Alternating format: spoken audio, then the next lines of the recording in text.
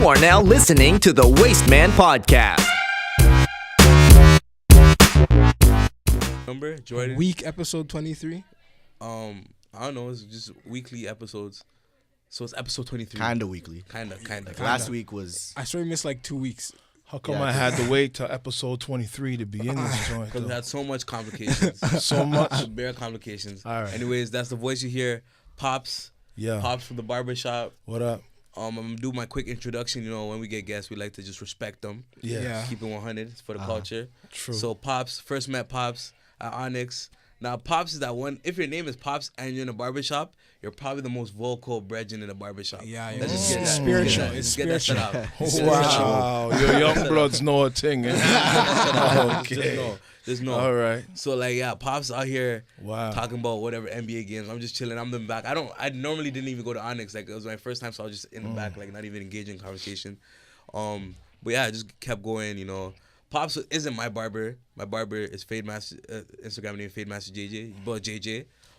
But you know, Popz still It's out a here. crazy Instagram handle. Yeah. If the barber's name is Fade Master JJ, just know that he's lit. He's serious. Yeah. He's serious about his craft. Anyways, but like I did my research. No, everybody knows I did my research. I do my research. yeah. Last episode we had course. last guest we had MC Ebone. Yeah. Of course. Did my research. Popz, I did my research. Now Popz is a music barber, Yeah. filmmaker. Yeah. It's crazy. What else? That's a resume. The list. The list is bare list. I believe I saw something interesting on your Scotian roots. Yeah. Can you tell us more about that? 8th generation Canadian. So, you know, Jeez. I've been here. My family has lived in Scotia and my family lives on the land right now. I had inherited the legacy of my family that lived on that land since 1739. So Holy. I'm more Canadian than probably anybody you're going to meet, and that's including all races. So they think that it's the Europeans that have been here, but it's really the Aboriginals, the natives, and the indigenous blacks. You Yeah. know what I'm saying? So I'm a descendant of the real. Moors that came in 1594, and the Loyalists and the Maroons that left Jamaica in 1796. So yeah, I'm just one of those few guys that has traced the bloodline, traced the roots all the way back to the beginning. So you know, Shout out to Uber. Yeah. Can we talk about that? I'm gonna ask Popz a question. I want to get to know more. So like last episode we had this young lady Uber was talking about. We're basically talking about heritage and where people come from. Wow. And she made the argument that People from South Africa aren't actually African. White people. White people from South South Africa Africa are not African. actually African. They're not. They're from Netherlands. They're Dutch. The Dutch are the ones that invaded South Africa, and they're the ones that oppressed. But how was it that 10% of the population oppressed and enslaved 90%? And even the politicians and the rules, and they have laws right now to this day that allow the Europeans and the Dutch in South Africa to hold guns in case any black people come into their neighborhood in Africa. So black people still don't have the freedom to go to think certain neighborhoods in Africa. We did understand Yeah, that we understand. the colonialization effect of it. Okay. However, if you're a white South African living in South Africa right now, say you're the same age as us, are you allowed to identify as African? You're allowed, but that doesn't mean it's right. American whites aren't Americans. Yeah. True. Yeah. You see, the descendants of Europeans, Europeans. so we call them Americans, but who are the real Americans? The Aboriginals. The natives and the Aboriginals. And then we also made the point that Aboriginals were also migration. Migration means that you Migration. came from somewhere else. You came from somewhere else, but they were still the first on the land. It was that was where they were. Where That's they were. where they Okay, originated cool. at. Yeah. Okay, that's the correction piece. So yeah, I guess that Native to the soil that they live on. Yeah. So that just clears everything up in the Yeah. air. So we have a more of an understanding. And Yeah. But it's easy to be misunderstood too. Exactly. But you're not gonna know unless you search for the truth. yeah. And you're not going to know the truth unless you study the history, and the history that you need to study is not really given to you in a book. Yeah, it's something you You have know to what like I mean? dig You have to deep dig for. for it. You have to go for it, yeah. Really dig. Most people don't know that it's the Dutch and the Europeans that took over South Africa and enslaved a lot of the different nations in Africa, and you know it's colonization. That's Yeah. what happened. yeah. But For sure. So like more about yourself in terms of your work in music, because I know you. When I really got to know Popz, he was like sharing me stories about, or not even stories, it was like real life happening at the moment.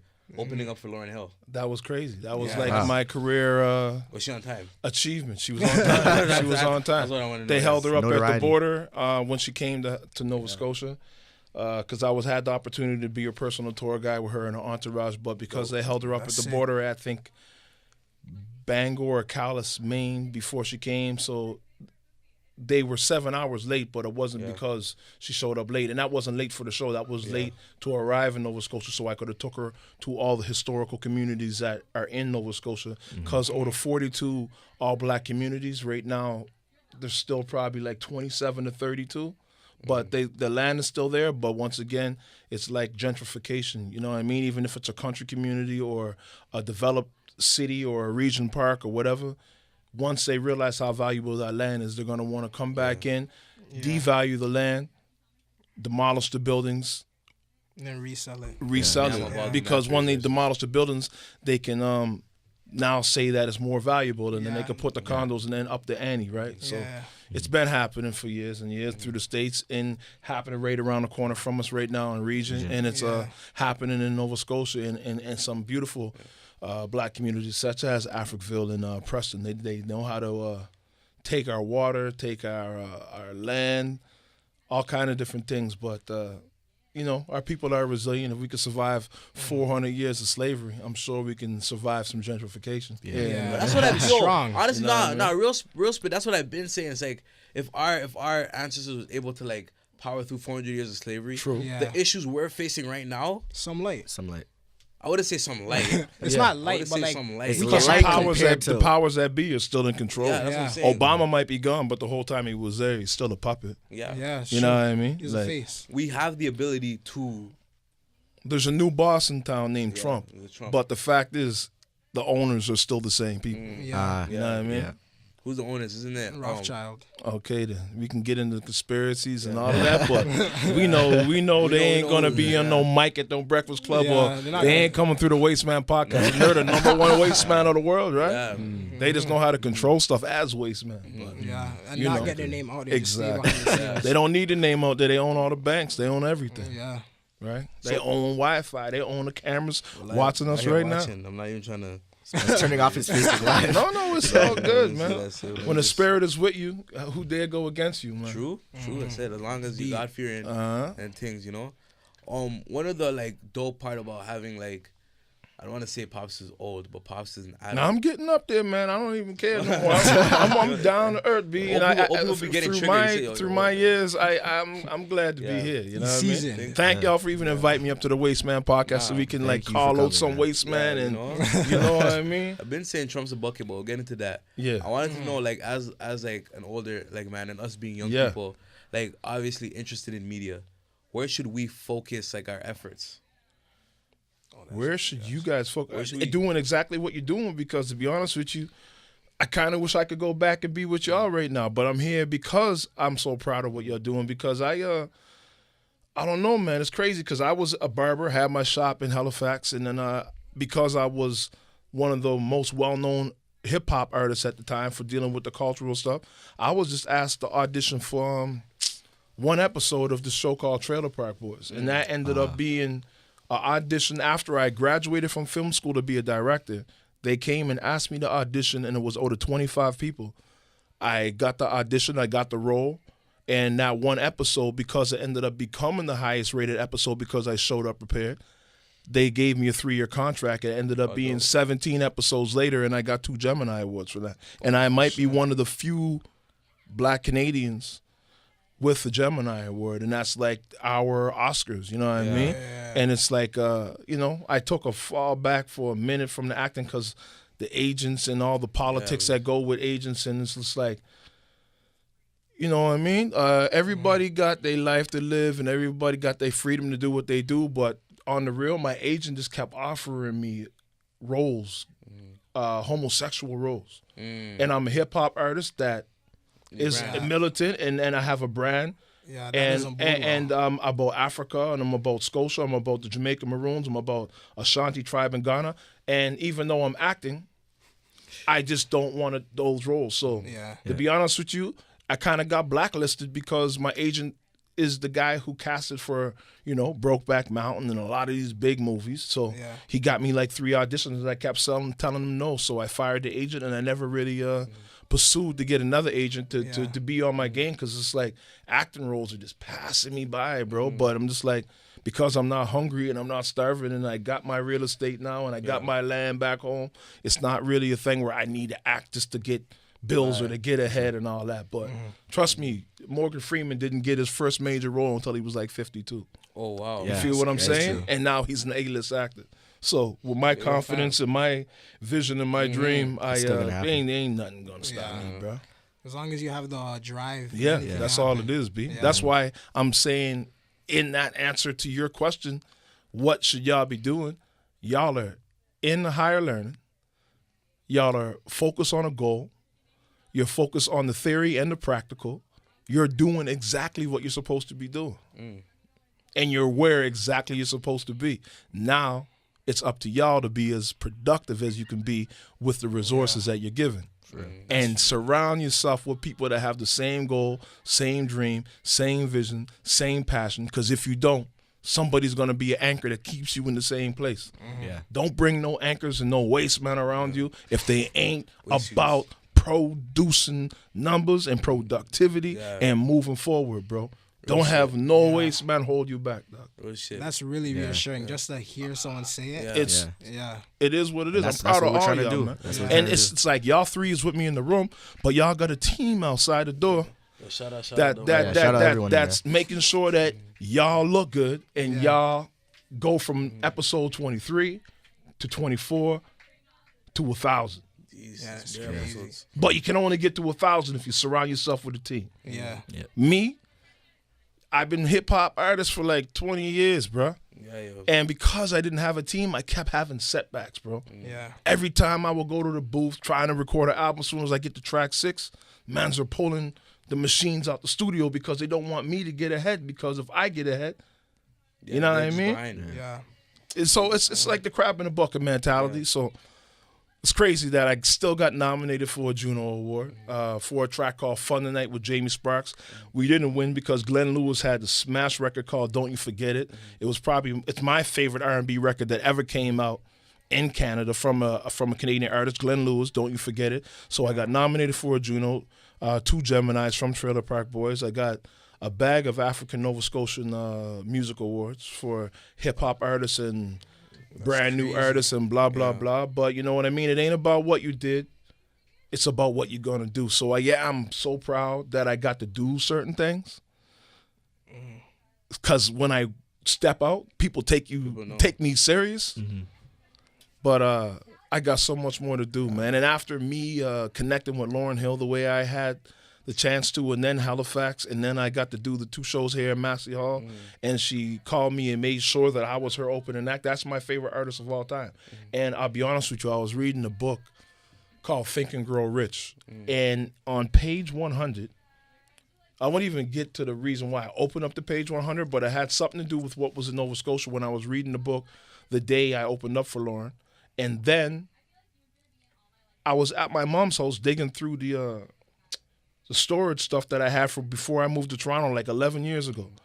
And the first thing, I opened up a crate, and the first thing I saw was A Miseducation of Lauryn Hill, the album. And I was just like, I came home to open up for Lauryn Hill, and the first thing I did, because what I was looking for was all my old LeBron James jerseys. And I couldn't find them. I'm about to call out on that. Yeah. And then I got the CD cover out, and then I used it as a bookmark. And Think and Grow Rich. I can't even remember the author of the book right now, but I'll get to that. But what was crazy is that I put that down. What was it? I'm going to search it up. Yeah, I should remember. But all I'm saying is that CD cover was on my mother's Napoleon Hill. Great book, Napoleon Hill, Think and Grow Rich. So that CD cover was laying somewhere. The book was somewhere. I came back to Toronto, and then I found out Lauryn Hill was coming back to Canada next door to the Barbershop. I walk past Massey Hall every day. It's one of the greatest live performance venues in the country. Roy Thompson The Hall, history. right? What's that? Roy Thompson. Massey Hall. No, Massey like Hall. down the street. I thought it was called the same thing. Oh, true. Yeah. I think Roy we Thompson went Hall's there. like Didn't we a go there orchestra. Roy once? Thompson Hall is the one Orchestra. that big dome place down on Massey King. Hall's right by Right the shop. beside the Barbershop. So I walk past it every day. But one of the day I found out, I just read the book, but when I opened up the page 100, I found the CD cover at page 100. And I was just like, how ironic. Let me read this book. And then it said, whenever you dream or envision everything, the best way to make your frequency reach your vision or your goal, no matter what your goal or dream is, it's about being in tune and being on the right frequency. And then it said, write what your goal and your vision is on paper because of the energy that your mind and heart uses when the ink goes from the pen onto the paper as opposed to always typing stuff. There's a certain energy when you apply the pressure in your mind and create something and put it on that paper. I put it on the paper at 1 o'clock. Then I said, Lauren Hill, an email by 20 after 1. Lauren Hill emailed me back by 5 to 2. Whoa. That's crazy. Wow. Yo, that's actually like an interesting point because I've heard a lot of people tell you to write stuff down. Yeah. I never wrote anything down until I was reading a book by Steve Harvey. Shout out Justin. By Steve Harvey, and like he told me to write down like goals that like I want to accomplish. Yeah. And I actually took down a piece of paper. Like my goals were, 1, save money. Yeah. Get into RTA and lose weight. It was like a month ago. Like I had one of my old pants and my sister pulled it out and like it's like, oh, you wrote this stuff down and like making fun of me. But she kind of said, yo, but these goals actually came true. Yeah, it actually Came happened. to fruition. It came to fruition like Without a year you later. knowing, bro. Without me knowing. I wasn't even thinking about it. Who turned off the lights? What happened to the lights? It's all right. The ladies would have exited the other room beside us. Yeah. And they would have flicked the lights out not knowing it was on us. All right. Are we good with the? Yeah, I think we're good with lighting. Yeah, we should be. Yeah, we should be good. But if Oh, anything, yeah? can No, when you flick guys it back on. go Try around and to turn it on? Yeah. Try to get it back on. Yeah, So turn that the way the lights on. cameras can take Yeah, everything we can cut this Yeah. up. Yeah. Yo, there we go. Oh, Good luck. Yeah. So like all those goals coming true and people just writing down.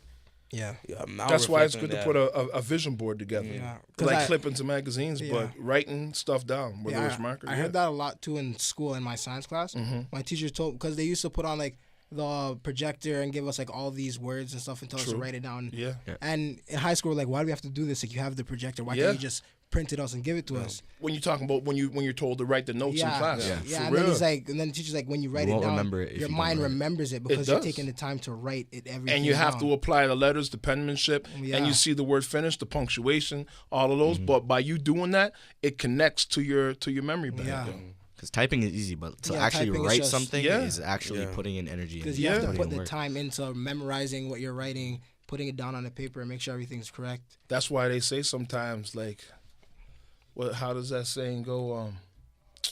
Don't ask for what you don't want, or something like that. So you can put something bad on paper too. It's like the law of attraction. Yeah. You can call negative things into your life, and you can call positive things. But what frequency are you on? And everybody's human. Everybody can have a down day, an up day, but try to stay in the middle. When something great's happening, don't try to get too excited. When something bad's happening, don't get down, because if you stay in the middle, you don't have to ride that roller coaster, man. Just understand that you're blessed through all the motions. You know what I mean? Failure is a blessing in disguise. Is how I could sum it up. It's true. Yeah. It's true.